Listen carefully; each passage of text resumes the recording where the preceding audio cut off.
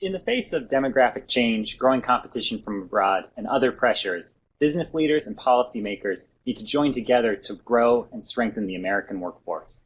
Joining me today to discuss the challenges around this are Paul Decker, CEO and President of Mathematica, and Howard Floor, Chairman Emeritus of Siegel. On today's program, the co-chairs of CED's Workforce Subcommittee will be giving us answers to these challenges.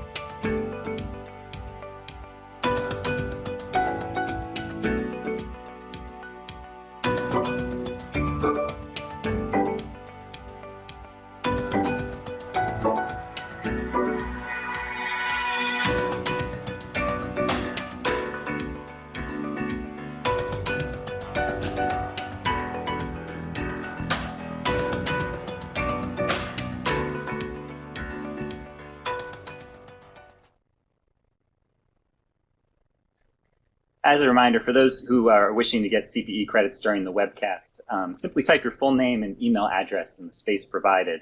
Click OK for the 3 pop-ups that occur during the webcast, and then stay online for the entirety of the program. So first, let me welcome Paul and Howard.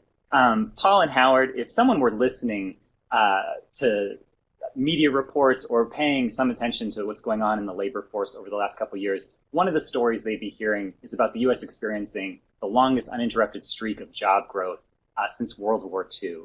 And yet CED has come out recently and said there's an incredible national priority in growing the workforce. So are these two things different or the same, this economic cyclical growth and expansion that we've had and this national priority that CED has begun discussing around growing and strengthening the workforce? Right, Devin, they're somewhat different because this is really more about the long run that we're focused on when we talk about the challenge that we face. It comes from, first, a core recognition that essentially our American workforce is our human capital in the American economy. And that human capital is the primary driver of our economy. So by growing the workforce, we increase the investment in human capital, which adds to the power to drive the economy. And in the long run, what we face is a clear demographic challenge in the U.S. Now, this is something we've been hearing about for years. Essentially amounts to the aging of the American population, the U.S. population.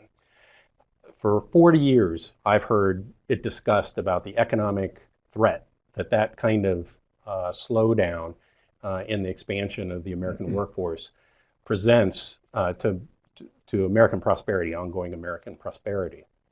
And that's the challenge that has to be addressed. Nobody's really been talking about this. They haven't addressed this much, and that's why CED is taking on this challenge. It fits right in the wheelhouse of CED. CED has long been interested in how can they contribute, how can we generate policy that contributes to the ongoing success in the American workforce and how that translates into American prosperity. And I would say to Paul's comment that this is something CED has been addressing because policymakers have not been adequately addressing, and actually neither have business leaders, because too many business decisions and policymaker decisions are being made in the short term. So what CED is saying is we're running out of time for the short term, and we have to take a long-term look. And one key word that Paul used, which we shouldn't lose sight of, is investment. This is an investment. This isn't something you do casually.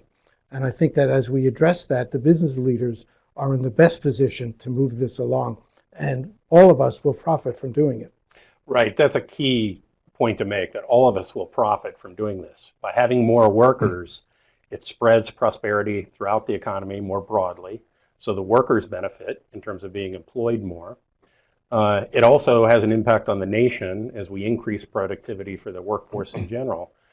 But it also has an impact for employers, that we have greater access as employers to labor skills, to different perspectives to bring into our workplace and to be more competitive in a global marketplace.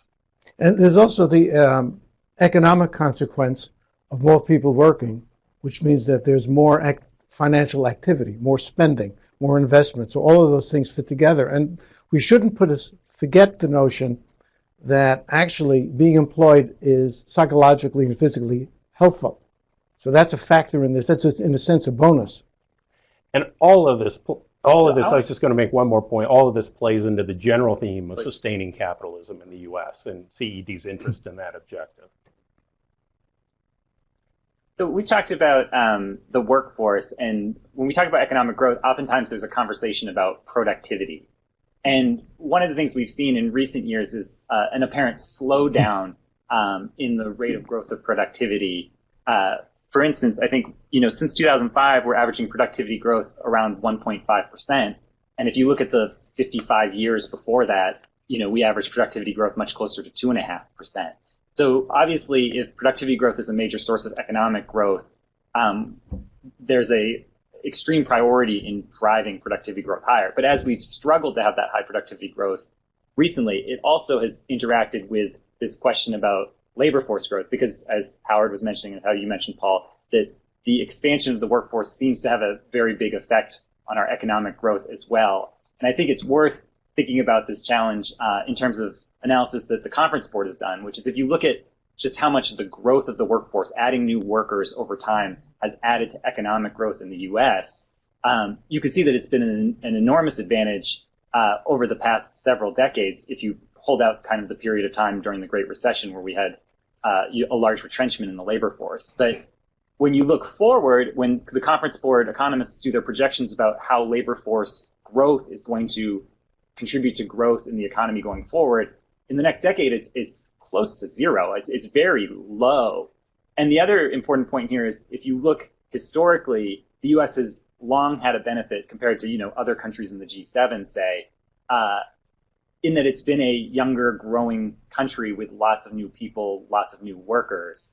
That's a historical advantage that apparently, or seems like, may be going away, and we may be closer to what some of those other nations have experienced, which is relatively low contributions to economic growth from the workforce. So big picture, macro picture, we're going to have to really, really become even more productivity dependent for economic growth in the future. So I think that helps to also give a framework to this conversation from a national perspective.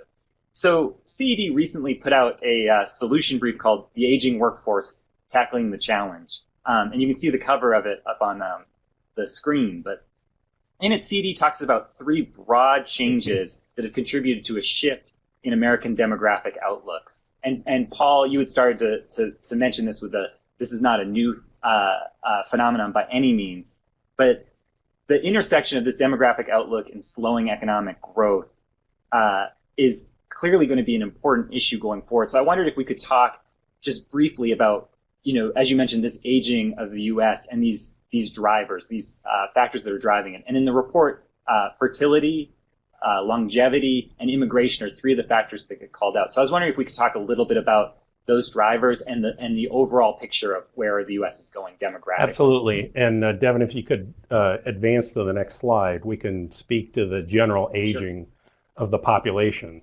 This slide shows a couple of lines where we've measured the workers, we've measured the population in different age ranges at either end of the age spectrum. And you can see in the bottom line, those individuals 65 and older, you can see a steady increase over the past few decades in the number of individuals in the U.S. That fall into that age range. And then you see an acceleration over the last 10 years. That's really the baby boom generation, retiring or getting ready to retire. And so you see this upward function in the older part of the population. In contrast, in the top line in this chart, you see the group 18 and under. And you see a little bit more choppy pattern over time. And starting about 10 to 20 years ago, you see a flattening out of this line. And so we're getting, over time, we're generating a much stronger segment of older individuals in the population and a smaller segment of young individuals.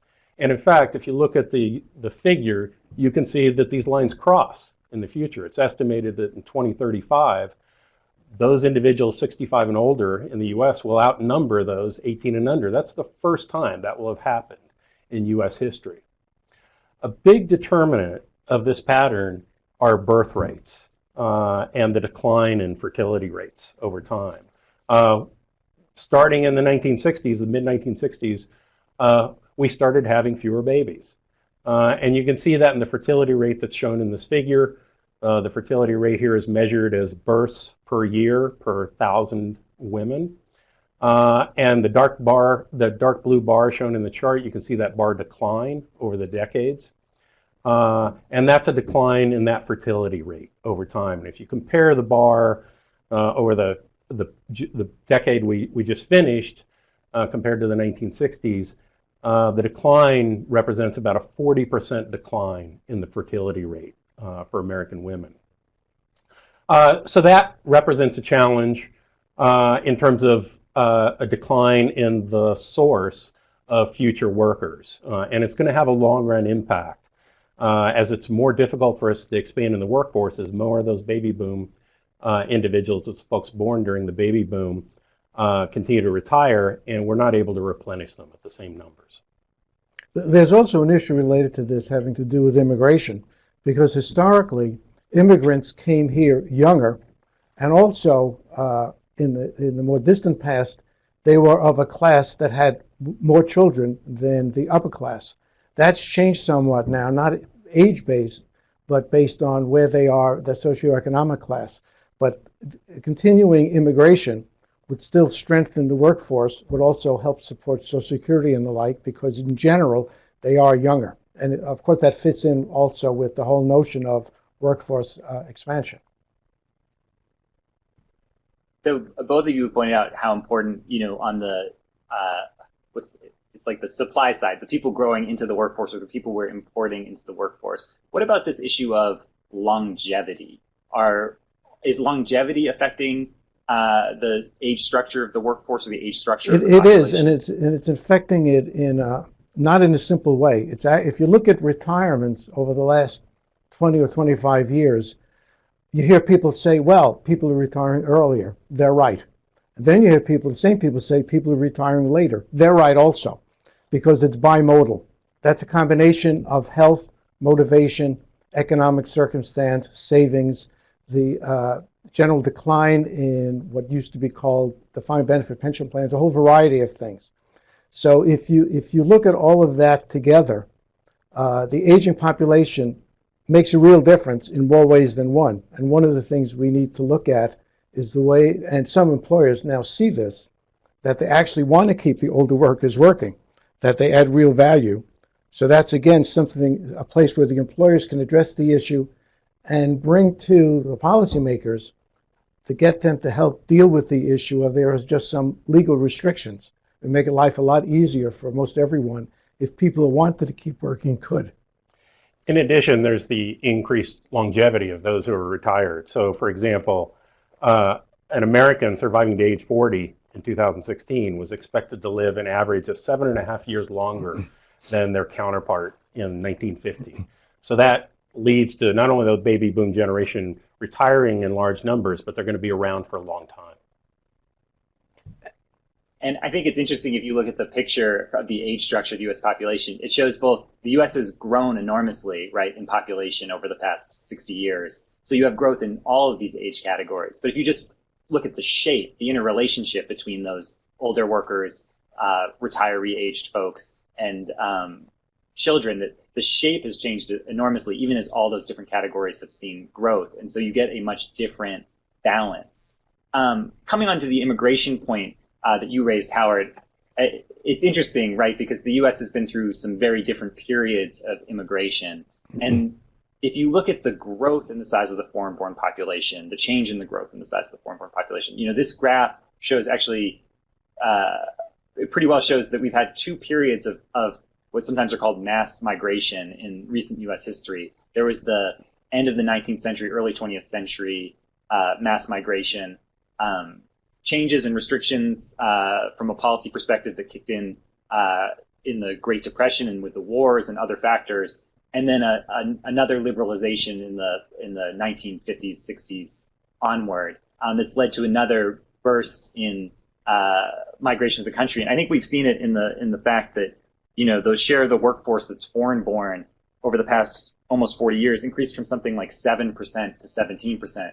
So not only are they an important part of the growth of the workforce that we've experienced in the past, but we're more dependent on that part of the growth than we have been in the past as well.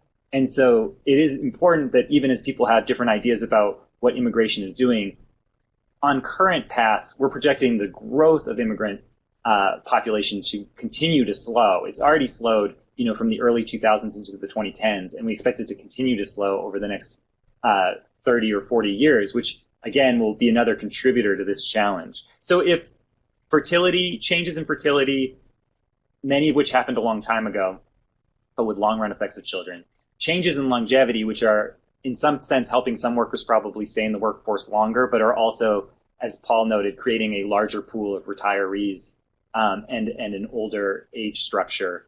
And then shifts in immigration are what are driving the demographic trend. And why does that demographic shift matter? What are some of those effects? We mentioned the kind of big picture impact on economic growth earlier, just from the contribution of new workers. Are there other things that we should be paying attention to or concerned about in terms of what kind of effect this demographic shift may have? Well, the core of the concern is basically that an aging population translates into slowing workforce growth, and that translates directly into slower economic growth. We just finished the slowest population growth decade since the 1930s, from when we were experiencing the economic depression. And as this flows through the nation, we'll have slower growth overall in the workforce. We may even have declining population or declining workforce in some regions of the country as well. And so you can think about what that means in terms of how a region or an area is seen as through the eyes of an investor or an entrepreneur. As they see the population declining, they see that as declining new consumers, declining new customers. They also see declining new skilled labor, and they may choose to invest elsewhere, given that situation. Furthermore, if you think of local regions in the U.S. that experience population decline, that can create a negative cycle, by which as the population declines, it tends to have a negative impact on housing markets. That tends to reduce the tax base locally or at the state level. And that adds to the sense that individuals and companies have to go elsewhere to find opportunity. And so who's left behind? It's those with limited opportunities or limited mobility, and that has a long-run negative impact. I think also that business leaders need to move from reactive to proactive and make sure that in their businesses, but more importantly, public policy, whether at the state level or the federal level, is paying attention to this. As Paul said before, this is no surprise. This has been obvious for a lot. The population of the U.S. in 1960 was 180 million. Now it's 330 million. And you see that shift. And although we've been aware of it, demographers have a pretty good record in their predictions, far better than the futurists who told us that by the turn of the century, we'd be working 8 hours a week. So I would rely on the demographers more, that it's time to pay attention, or it was time to pay attention. But this really is, we are at an important juncture in the economic state of this country. And we've seen it in other countries. You see in Japan and others with low birth rates and improved longevity, what the challenges are. It's not as if it's unique to us. It also, and Howard, you brought up, I was just going to say, it also plays into the fiscal picture. Devin, you have the point about the balance changing. And we rely on people who are in the workforce really to support economically those who are retired. We have to support Social Security, we have to support Medicare, and that's done by the workers in the economy. And so we think carefully about that ratio of how many of those do we have at working age versus how many of those retired. And the ratio of workers to those retired is declining substantially over time, given these demographic changes that we're talking about. And I think you have that there in your figure that you have on the screen. And if you look at Yeah, the Social basically. Security issue, Sorry, go ahead. which was last amended in 1986, which is troubling because the issues related to its financial stability have been out there and overstated and exaggerated. But the reality is that the longer we wait to modernize it, the larger the problems will be. And such a huge proportion of retirees in this country are fully or heavily dependent on Social Security. We need to make sure that it's there. And there are reasonable fixes that can preserve it for another 50 years. But if policymakers, Congress in this case, can't get its act together, that is a looming problem as well. But I will make the comment that I hear very often that one of the problems with the deficit in the U.S. is Social Security, which is an interesting comment, widely stated, which is not true, because Social Security has its own independent, insulated trust fund. So when the trust fund goes to zero, benefits being paid out will be reduced, but it doesn't mean that it's bankrupt. It doesn't mean that benefits won't continue. To Paul's point, it's intergenerational transfer. And just to play on that point for a second, I mean, obviously, when the trust fund goes to zero, then there's the question of, do you allow the benefits to go down, and in the same sense that you were saying, with the dependency on Social Security being what it is. But that's actually a nice framework for thinking about the ways in which a shift to an older population with fewer workers to support more older Americans also then is probably putting a lot of pressures, if not fiscally, then at least politically, in terms of what kind of investments we can make for the long run, right? If you're spending a greater share of your budget on the healthcare and income supports for older Americans, what is the pressure then on other long run investments for things like education or infrastructure development or other things where we think that there is a long run economic benefit for those investments? And so you don't want those things to be at war with each other, but addressing them in some fashion is necessary, or else you run the risk that at least politically that there's some sort of trade-off there. Is that fair? Since I don't have to run for office, I can say they're all tied for first. Because if we don't invest more in education, starting with early education and then continuing on all the way through university, then we will become less and less competitive with the rest of the world. On the other hand, we do have to take care of the older generation. And as I said, I'm not running for office, but that's something that will have to be figured out collectively. Business influence, but ultimately it will be Congress. And it's political pressure because they will demand maintenance of the benefits. So there will be a lot of pressure around that trade-off. Mm-hmm.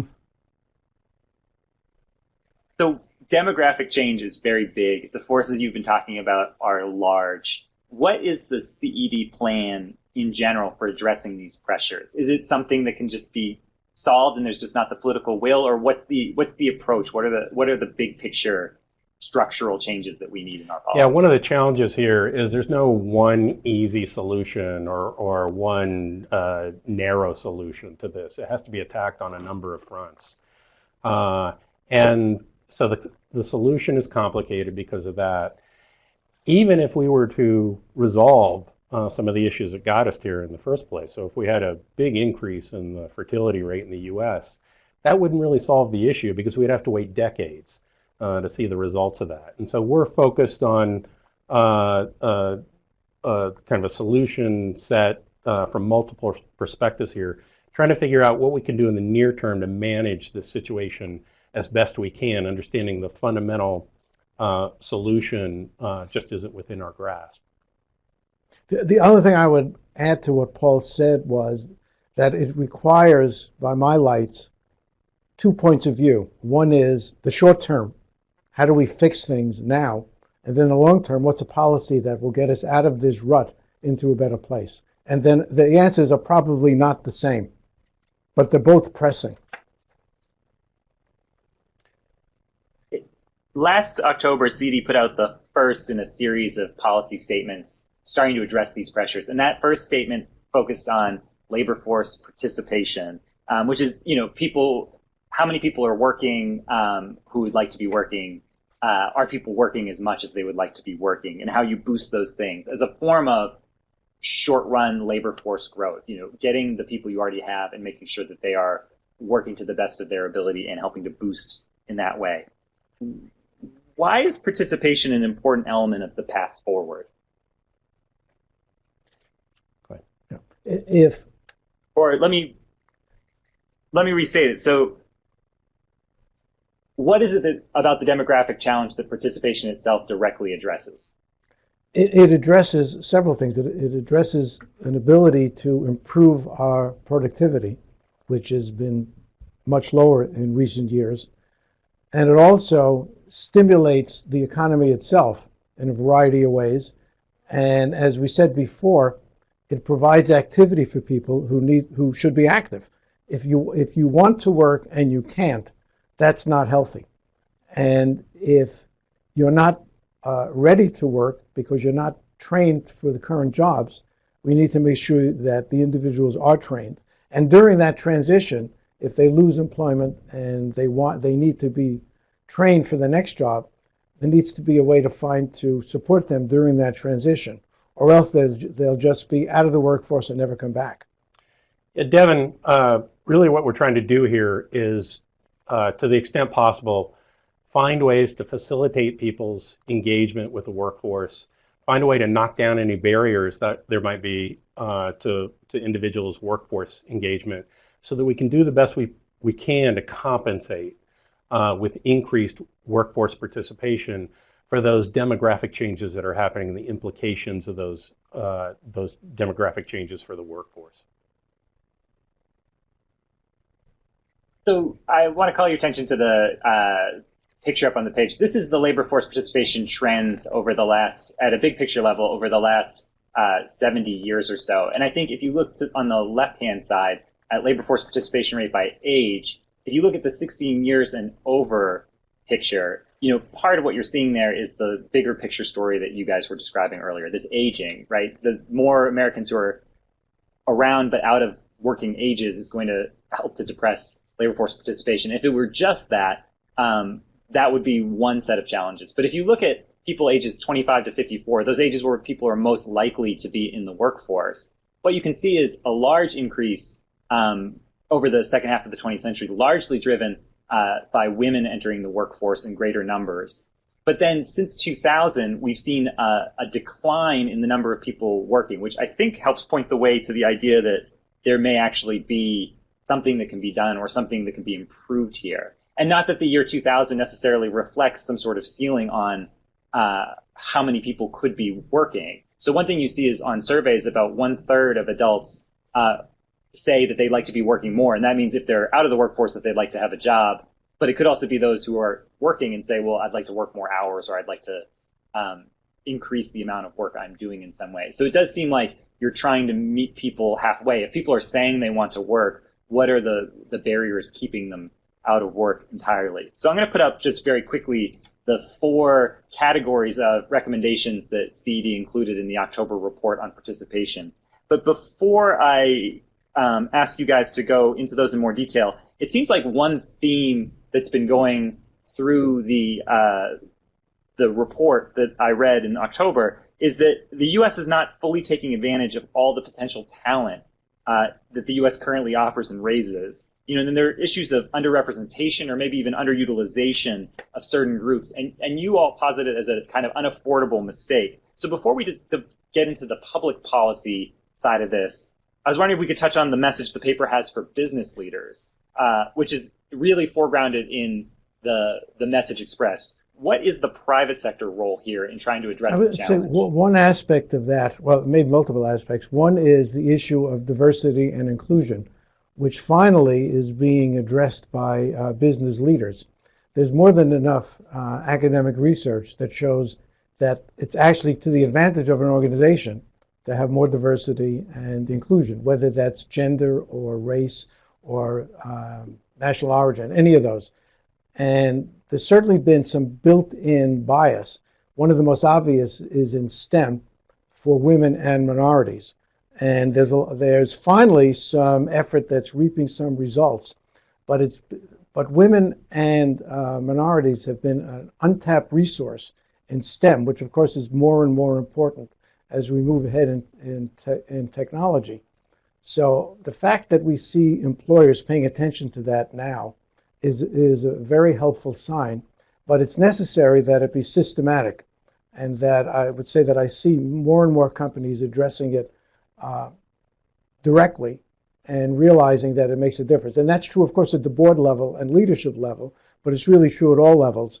And immigrants can be a great source of some of that talent as well. Yeah, I think the key word that Howard used there was leadership. As CED, we feel that we need to reflect the business community and call on the business community to play a leadership role here. That leadership role is not just focused on helping identify appropriate government policy, but also there are lots of decisions, such as those that Howard described, that we as business leaders can make ourselves in order to turn this situation around. We need to make welcoming workplaces for all of our employees and future employees, free from harassment, free from discrimination, a workplace that provides opportunities for all Americans in all of our workplaces. And so the kind of diversity, equity, and inclusion initiatives that Howard talks about are incredibly important, and we need to play a leadership role in those. It can't just be a formality that we take on in organizations. We as CEOs and business leaders have to be out there pushing these efforts forward and being the lead voice in pushing them forward. It has benefits all over the board if we're successful in this. It creates the opportunities for those individuals that have formerly been more constrained in the market, maybe have had limited opportunities in the market, as Howard described. But it's also good for the nation as we increase the workforce by tapping on folks that have previously been on the sidelines, and therefore we add to aggregate growth in the economy. But it's also great for us as employers because it expands our labor pool, it expands our access to skills, and it also allows us to bring diverse perspectives to the way in which we do our work, which helps us to be more globally competitive. And I'd say that despite our collective belief in American exceptionalism, we actually can learn from other countries. And as an example is the issue of women who have to leave the workforce to take care of the children, as opposed to many countries which provide that kind of support so they can continue in their careers. That's also true for health issues where they have elderly parents or spouses. So if we can find a way through public policy to provide that kind of support, then we can have a more robust and a more diverse working population. Great. And Howard, you've raised public policy now in the context of there's a sharing, there's a private role, there's also the public role. So I want to go very quickly through CED's recommendations in terms of labor force participation. So the first one, it looks pretty straightforward, which is the idea that we may want to strengthen the earned income tax credit, the EITC, for workers without custodial children. And if you look at the chart of how the current EITC functions, one of the things you'll see is that it is a tax credit that's provided based on, for low-income workers, it's means tested, meaning if you earn above a certain level, you're not qualified. But as you earn more at low-income levels, it provides a subsidy, a tax return to make that work pay better. And if you look at the structure of it, people who have children, qualifying children, receive a relatively large subsidy as a result of past expansions of the EITC. But for folks who don't have custodial children who qualify, the EITC remains a relatively small benefit. So what problem would an expanded EITC help to solve, Paul? Yeah, the biggest issue there is that at low earnings levels, potential workers may feel that work really doesn't pay enough to be engaged in the workforce. So the EITC provides a subsidy to supplement what they earn on the job by adding benefits as they spend more time working. And that's seen as a policy lever in order to get more people into the workforce. So increasing the benefits that are available to those who don't have children in the household, who currently receive very little in the way of benefits, we can make work pay for them as well through the EITC. And so that kind of expansion can lead to increases in employment, the same way that research has shown the EITC has led to increases in employment for those with children in the household. We're also looking to expand the age eligibility range for the EITC program. It's very important to get younger workers or younger individuals into the workforce as early as possible if they're not involved formally in schooling. And the EITC can play a role there for folks who are just getting started in the career to make sure that they, even if they enter at a low wage, they still feel like they get an economic benefit from participating in the workforce. And by getting that early start, they develop human capital that will generate benefits for them over time economically. And you mentioned the EITC is very important for low-income workers. There's reasons to suspect that the types of folks who are looking, even if it's at least initially in their careers, at low-income work, may be some of the same people that we're most concerned about from a participation standpoint. Is that right? What's the connection between these low-income workers and what we've seen in participation? Yeah, if you go to the next slide, Devin, you can see here, this is a line chart that breaks down the population according to different levels of education. And what you see in that bottom line is that there's been a particularly strong reduction in labor force participation among those who only have a high school education. For the more educated groups, the decline is still there, but it's not as drastic as for that group. So that tells us something about where the potential might be in terms of making policy changes. And so since that less educated group that's had such a large reduction also tends to be a group in the economy that has relatively low earnings, the EITC program that targets based on income in order to drive change to behavior is also targeting, or likely to be targeting, those with less education, the group that's had the biggest reduction in their labor force participation rate. And I think if you want to put a figure on something you said earlier, you were talking about, trying to get people, particularly early career people, involved, and also lowering the eligibility age. I think the most recent estimates were there are about 3 million people between the ages of 16 and 25 who are neither working nor in an education program right now. So that gives you a sense of the pool, which has grown a little larger over time in terms of people who are neither on track for more education nor seem to be successful in the labor force yet. So that's another important backing point to that. Now, the second set of recommendations in the paper are around this issue of reducing barriers around matching and mobility. What does matching and mobility mean in the context of labor force participation? What are the recommendations that address it? And matching and mobility really come into play in any kind of work arrangement. First, employers and employees are trying to identify an effective match. Employees are looking for the best possible employer. Employers are looking for the employee with the skills that they need as an employer. But there's also mobility. Even if folks identify an appealing match, the worker still needs to be mobile enough to take advantage of that match. And so when we've looked at those kinds of issues, we can see in the economy where there might be barriers to effective matches or to mobility. So for example, when it comes to a match, there may be information shortages that mean individuals who want to be working don't know about all the job opportunities that are out there, so they don't necessarily have enough information to find the most effective match. There are also issues, or maybe issues, with respect to geography. Even if they find a job out there that's a good match for them, it may not be in the area that they live in, and they're not able to move to where that job is. So these kinds of barriers come up in different settings.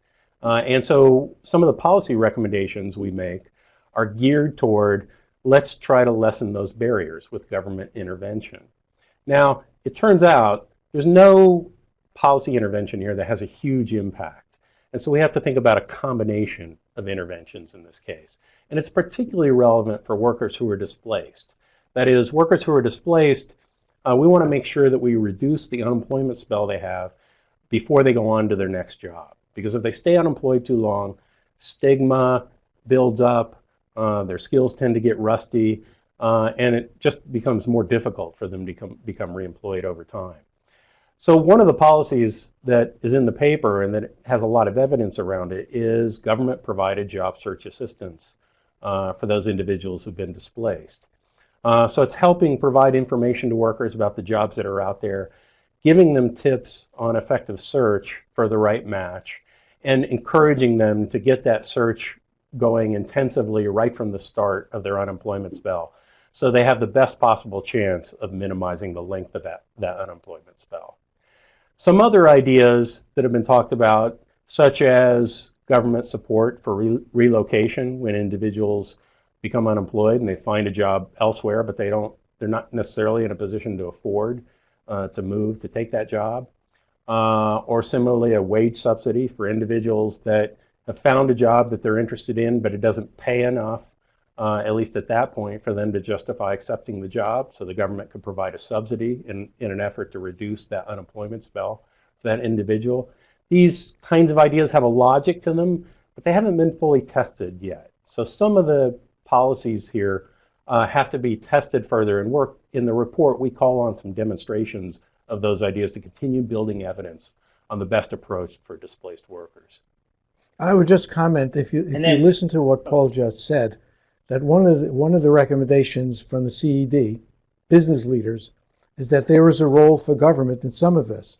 That it's a government, in places where the government is most likely to be effective, then it's a partnership with business to get something to make something happen that wouldn't happen otherwise.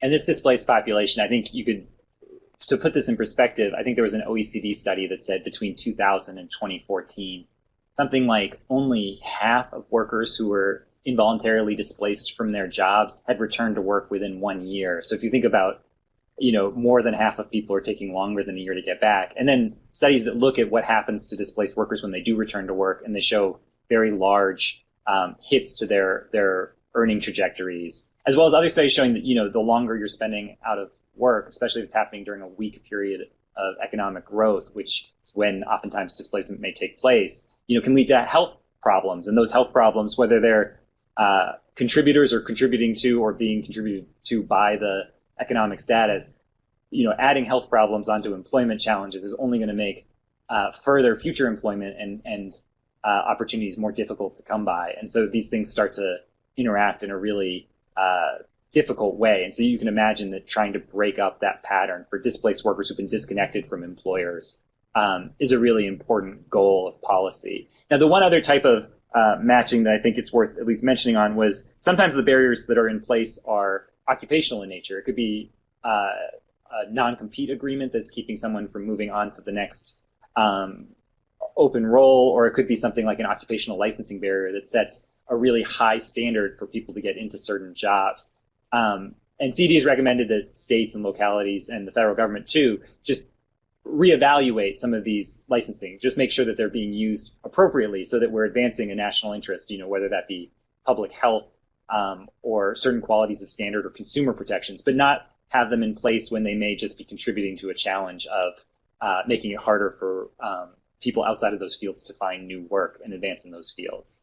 So moving to the third set of recommendations, just very briefly, Howard mentioned this fact earlier, but there seems to be something different about the United States when it comes to labor force participation of its women. For a long time, the U.S. was a leader in women's labor force participation, but around about 2000, we seem to have plateaued at a lower level than most of our peer countries throughout the OECD, or especially among those more advanced economies that we often compare ourselves to. So what is it that this pattern suggests? I assume this is related to the idea that there maybe are barriers here that policy and employers could help address. Particularly for women in the workforce, and there's more than ample evidence that when the careers are interrupted by child rearing, because it still is mostly a woman's role, that when they come back, they're a bit behind, and it's very hard to catch up, despite their talent, effort, and knowledge. So to the degree to which they can be able to work through child rearing with some combination of remote working, flexible hours, flexible job, which of course is easier now than it was in the past, and daycare provided either by the employer or by the government in some way, that would certainly keep more women in the workforce, which would be very helpful. If you go back to 1960, when there were so few women in the workforce, and then fast forward to where we are now, that has certainly made a difference in our ability to compete and to have a strong economy. So this barrier is there, and it's out of date, considering what other countries have done. And again, it's demonstrably has a return. It isn't a gift, it's an investment. Yeah, that pattern that you showed in terms of our female labor force participation falling behind other countries, the theory is that a lot of that's due to government policy in other countries being more supportive of the kind of transitions that Howard's talking about and supporting women staying in the market, the labor market, even when they're starting a family. And so other countries subsidize family leave or have family leave mandates for employers. They subsidize childcare.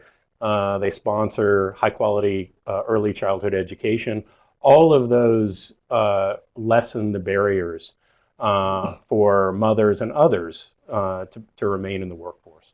And I would add to that Paul's comment about, and we talked about it before, about early education. Again, it's a great investment. It has an enormous return, and there's more and more scientific examination of the impact that has on brain development. And if you look at other countries who have those programs in place for a long time, even though they sometimes get labeled as socialist, they're actually very entrepreneurial, partially because of the quality of their education. So it's in some ways this entire discussion today is one subject. It's how can we make our economy stronger, and it's a connection between education and policy and employers and immigration and demographics. It's really all one subject.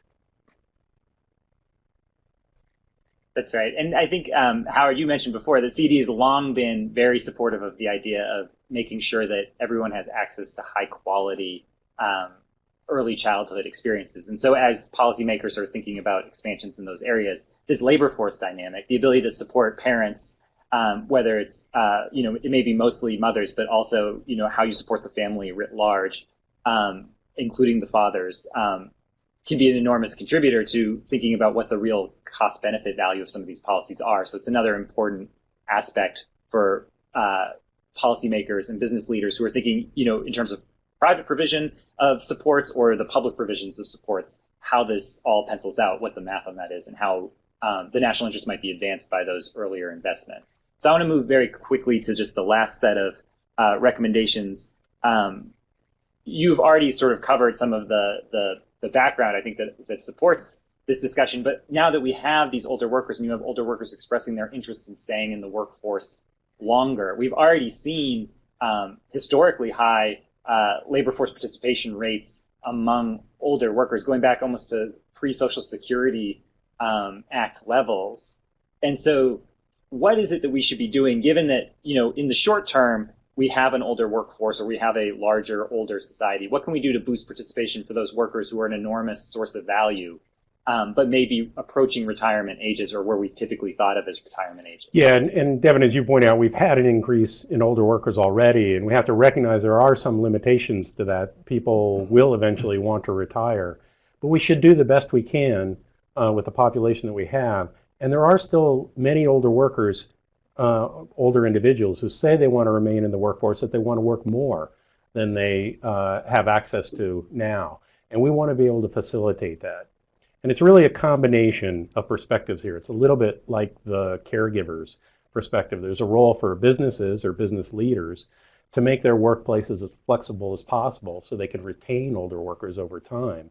But there's also room for policy in order to boost that flexibility and enhance it or facilitate it. So one of the issues that often comes up here is that older workers tend to have other responsibilities in many cases that limit the amount that they can work. They have caregiving responsibilities in some cases. In some cases, they have health concerns that mean they can't necessarily work full time. And a lot of the ways in which benefits are structured in the U.S. economy by employers is that they're tied to full-time workers. The full-time workers are those who get the full set of benefits. And so it would be helpful to have more flexibility on the benefit side in order to accommodate federal older worker participation. Elephant in the room in this is really related to the provision of health insurance, that there's a perception that providing health insurance for older workers is much more expensive than providing it for other workers. And so because there are those perceived higher costs, that can translate into discrimination against older workers. because of that perception. CED has made a broader proposal about the healthcare market that could help alleviate this. That CED has proposed a market-based broad healthcare reform that would prevent insurers from charging higher premiums for older individuals or more at-risk individuals. And that would allow workers to choose an employment situation to their liking without worrying about getting their health care through their employer. They could go out in the market if this option were available on the market, consistent with CED's past recommendations. There's also the issue that with the coverage provided by the employers, whether insured or self-insured, that an older population will produce higher costs. But part of that is because the law requires that the Medicare is secondary, so that the burden falls on the employer. So, and that was an obvious way to save some money for Medicare. But if the government could find a way to find a compromise in there, that may be an additional solution to the one that Paul described that CED has developed.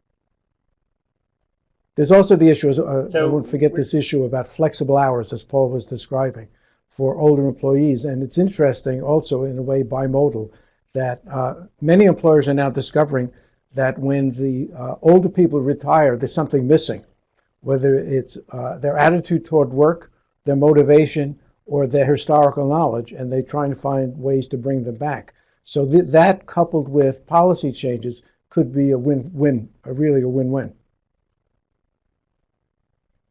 So we focused on CED's recommendations for labor force participation, but if you look at the Growing the American Workforce report, one of the things that starts out is a letter from the two of you, as well as the rest of the workforce subcommittee, that lays out a broader agenda. Participation is one piece, but there are two other components, high-level components that you address, one of which is immigration and the other of which is job training. I wonder if you could just say, a little bit briefly, how you see immigration and job training as, if you think about it as a three-legged stool, what are those other two components? How do they contribute to this broader picture of addressing demographic change? Yeah, the challenge with expanding the workforce is really on two dimensions. It's quantity of workers, and then it's quality or the skills that workers have, because those add up to the productivity of the workforce.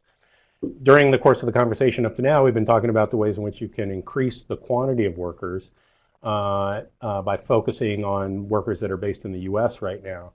But immigration is another source of quantity.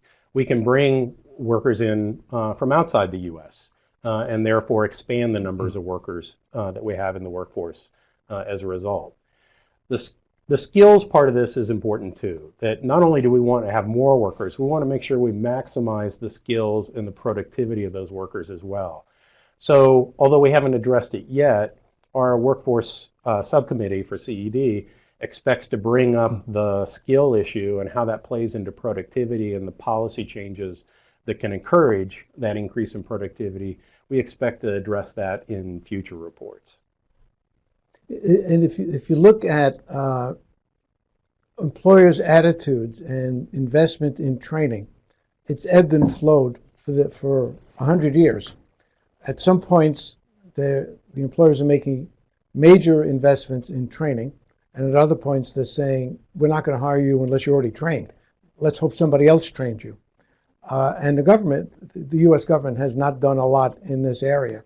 Unions historically have done a lot from the point of view of apprentice programs. And it would seem that some combination of each of those would make a difference. And there's also this issue, as we've alluded to, that as skills wear out faster than they ever did, there's a national investment necessary to keep the talent moving and learning so they can continue to contribute for all the reasons we've talked about. And it's not one answer to this, it's a combination of all of those. And as far as the immigration issue, if you look at the Byzantine system for immigrants, especially with work permits and green cards, it reminds me of the analysis in that classic Re-engineering the Corporation, where after looking at a bank, a mortgage department, the question was asked, are you in the business of giving loans or rejecting them? And if you look at what goes on in the area of immigration, it looks like that. It seems to me, it seems to us that that requires a really fresh look to what is best for this country and for a growing workforce. So I'll put in the plug for folks who are interested in CED's policy views towards immigration. That there was, at the end of January, was released Boosting Immigration, another product of this workforce subcommittee that Howard and Paul chair, that lay out both a set of recommendations for modernizing immigration to make it better suited to America's long-run economic needs, but also a discussion of international competition and how the U.S. needs to take action in order to avoid losing what has historically been an enormous source of strength for the American workforce.